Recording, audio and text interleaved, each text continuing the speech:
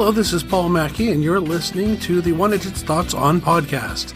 I wanted to get this episode finished and published as both the regular and YouTube versions before Independence Day, and so far I think I might be on track.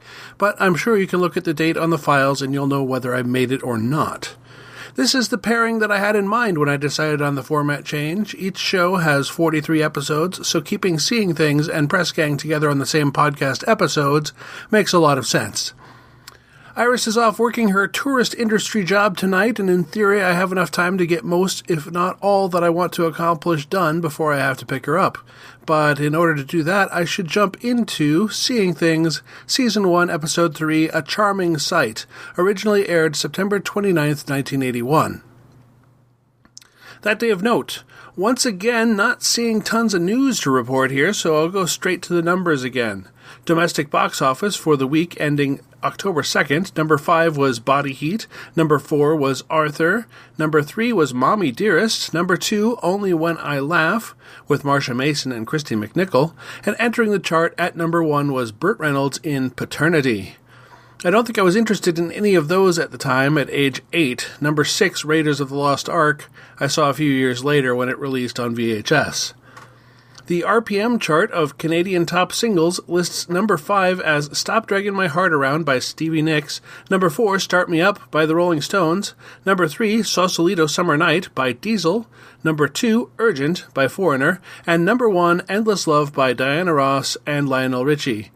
The highest Maple-certified Canadian single this time was Thirsty Ears by Powder Blues, coming in at number 17. So what is this about? Marge has a job working as a script assistant for a CBC Firehouse sitcom called Red Suspenders. Freddie Harris is a comic who is the star of the series, and he is a sexist, racist, and the entire cast appears to hate him behind his back. Freddie has also been receiving threatening letters, surprise, surprise, culminating in a bomb blast in his dressing room that kills a fellow cast member but clearly was meant for Freddie. Louis gets visions of the bomb being set, and with Redfern's help, he gets access to the threatening letters. Then he discovers a prop typewriter on the set was used to type them. Later, he hears from Freddie's wife that she had been having an affair with the bombing victim. All of this culminates in Louis confronting Freddie about killing his wife's lover, and a foot chase across the set before Brown arrives to arrest Freddie. So what made Louis see it? Initially, he saw the bomb being set by being at the blast site, and then he was briefly triggered by seeing the stagehand's gloves as well. Again later, he sees the bomb being set while again in the bombed-out dressing room, this time seeing Caucasian skin as well. Lastly, Marge tells him she's buying Freddie a gift from the left-hander store, and he sees the bomber is left-handed. The Who Is segment. I wanted to get another look at a key member of this season's cast, Janet Lane Green. Ms. Green is not only key to the season, but indeed the series as a whole. She is the only cast member, aside from Louis Del Grande and Martha Gibson, listed as appearing in every episode. Her biographical information is a bit thin prior to her acting experience. I see she was born in Toronto in 1951, and nothing about her education or initial acting experiences, though theater is at least mentioned in passing in some bios. I assume she got her start at the theater. Her first acting credit is on The Great Detective with a role in the 1979 premiere episode. Then her second role is listed as Heather Redfern on Seeing Things. She had a lot of voice work listed over her career. If you ever watched a version of Care Bears in the 80s, you heard her as Wish Bear. Another bear role was as Mother Bear in various productions of the Little Bear title.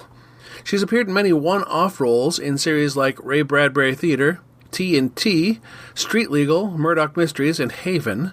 She also has had series regular roles on The Beachcombers, This Is Wonderland, and This Life. She was the title character in the series She's the Mayor. She's married to actor Booth Savage, and currently the two of them operate the Here For Now Theatre in Stratford, Ontario. They co-star in a play Booth wrote called Space Age Motel, which I believe just closed in late June. This aged poorly. I know it was part of the point that they were making, but continually casually calling Marge babe, and not even just Sexist Freddy, most males on the set seemed to be doing it. Artifactoids. While British shows famously shy away from commercial placements, clearly this was not the case on CBC, case in point being the toy construction set that Louis bought Jason. The Capsella construction system was originally produced by the Mitsubishi Pencil Company of Japan, who now does business as the Uni Pen Company. Production was licensed out to other companies in the U.S. and other countries. In the U.S., Educational Insights held the rights but has since discontinued it, but globally, Bandai re-released the series and has made new sets. Contemporary with the appearance on this episode, Games Magazine included Capsella in the 1980 and 1981 Best 100 Games of the Year lists. Clearly Canadian. First off, I'd like to point out that many of this fictional sitcom cast also shot King of Kensington, and I believe I have worked out King of Kensington was also shot at the Yorkville Studio Theatre, where at least the exterior of the building that Louis and Brown enter off the street, if not this whole interior studio setting as well. The complex was also being used by Jim Henson to shoot Fraggle Rock, since he had enjoyed shooting Emmett Otter's Jug Band Christmas there earlier. The whole complex included Eastern Sound Studios and VTR Studios. Eastern Sound was a recording studio used by Anne Murray, Bruce Cockburn, Elton John, and Gordon Lightfoot. Notably, The Wreck of the Edmund Fitzgerald was recorded at Eastern Sound in 1975. The consumer store offshoot of VTR Studios was clearly visible in the scene where Marge was off to the left-handers store. And, incidentally, the Sinister's shop, as depicted on the show, was a real store founded in Toronto in 1976, though I doubt it was located where it was depicted in the episode. So what worked? This episode clearly benefited from the cast's prior sitcom experience with King of Kensington. Billy Van as Freddy did a great job. He was a well-known Canadian comic actor, but I really enjoyed the dramatic work he did in this episode. The show did a great job with the everyone had a motive trope, and I felt like they credibly demonstrated several suspects, who later turned out not to be the killer. What didn't work? I felt like the direction and Louis' work in the episode were a bit too chaotic. There were times where I felt like I had a hard time following what was supposed to be happening in some scenes. Some of Louis' performances seemed a bit too freeform for the type of show that they're presenting here. So next time we're into Season 2, as this first season only had the 3 episodes. We'll be looking at Season 2, Episode 1, An Eye for an Eye. But next on this podcast episode, look forward to hearing about Press Gang, Series 1, Episode 3, One Easy Lesson. Happy hunting!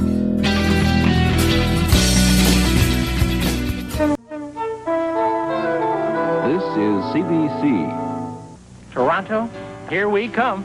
But we still have to find a home there and sell ours here. Hey, don't worry. I'll be working hard at this end, and a Century 21 agent is ready there with a list of homes. With Beam's feelings. Absolutely. North America's #1 top seller. At Century 21, our exclusive VIP referral service can find you a home across country. We love it. While selling the house you're leaving, it's what you expect from #1. Century 21.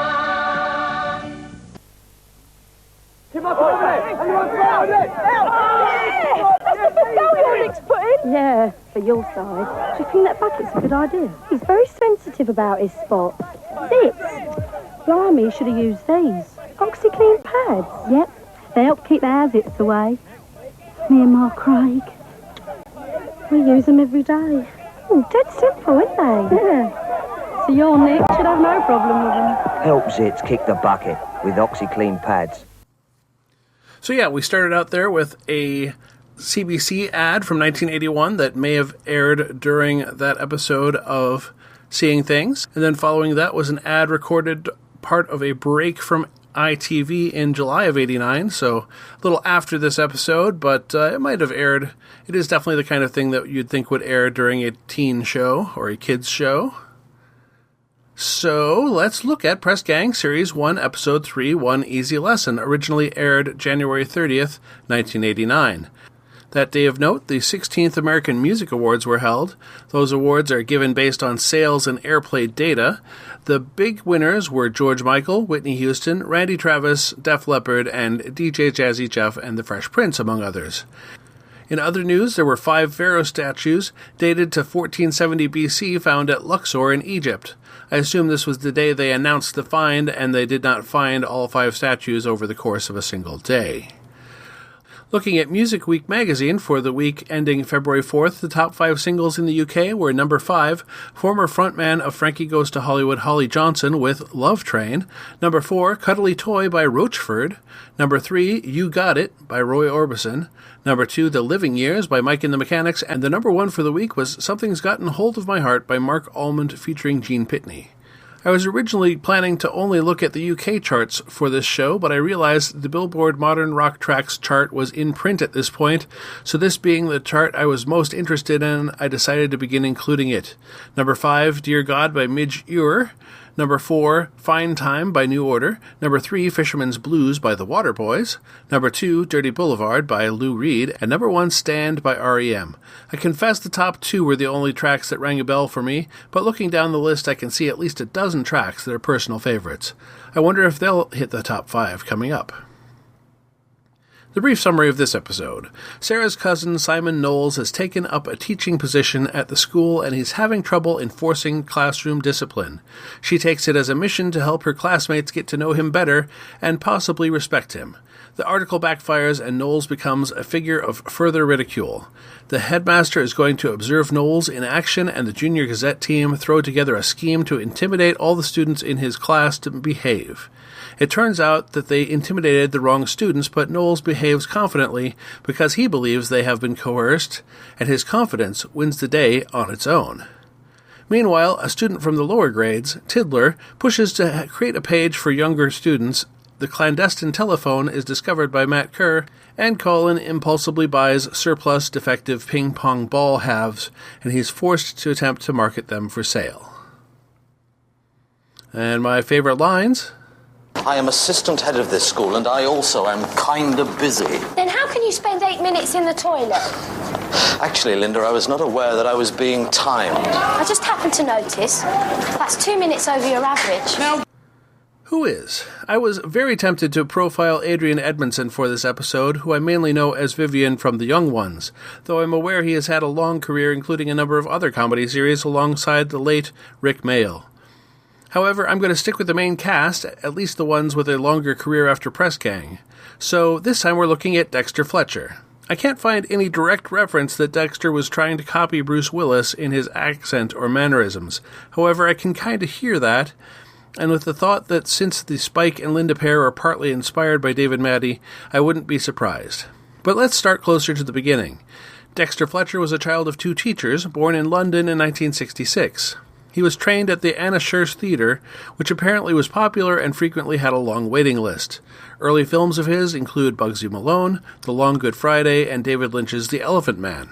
After Press Gang, he has worked steadily with at least 1 or 2 IMDb credits each year. Some titles that stood out to me are Lock, Stock, and Two Smoking Barrels, Topsy Turvy, Band of Brothers, Layer Cake, and many other titles. More recently, along with continuing to perform, he has been better known as a director. The films he has directed are Wild Bill, Sunshine on Leith, Eddie the Eagle, Rocket Man, and Ghosted. He also took over directing Bohemian Rhapsody from Bryan Singer, but DGA rules did not permit him to get a directing credit. Artifactoids. Well, this won't be a terribly long segment this week, but I looked into the manufacture of ping-pong balls.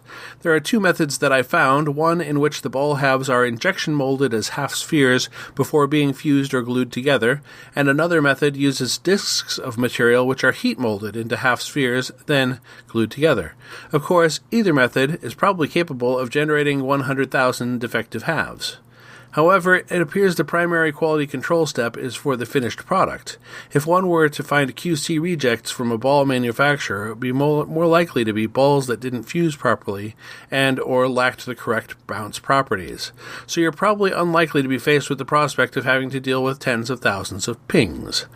Along with the fact that no reasonable person would buy them in the first place, it also seems unlikely that a sporting store in the UK would be making their own. What worked? One thing I enjoyed was the continuity between episodes again.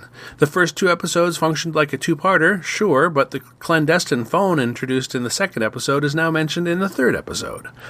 While it may not be full serialization, it is more than one expects from a half-hour kids show. The show continues to blend all the chaotic asides and subplots with a meaningful story and not let the chaos rule the day. What didn't work? I felt like the Tiddler subplot was hastily inserted and addressed. I get that Linda may see some of herself in the girl, but the fact that she proposed a new segment for the paper and it got in with little argument goes against Linda's control instincts that I see. So next time is Press Gang, Series 1, Episode 4, Deadline. Happy hunting!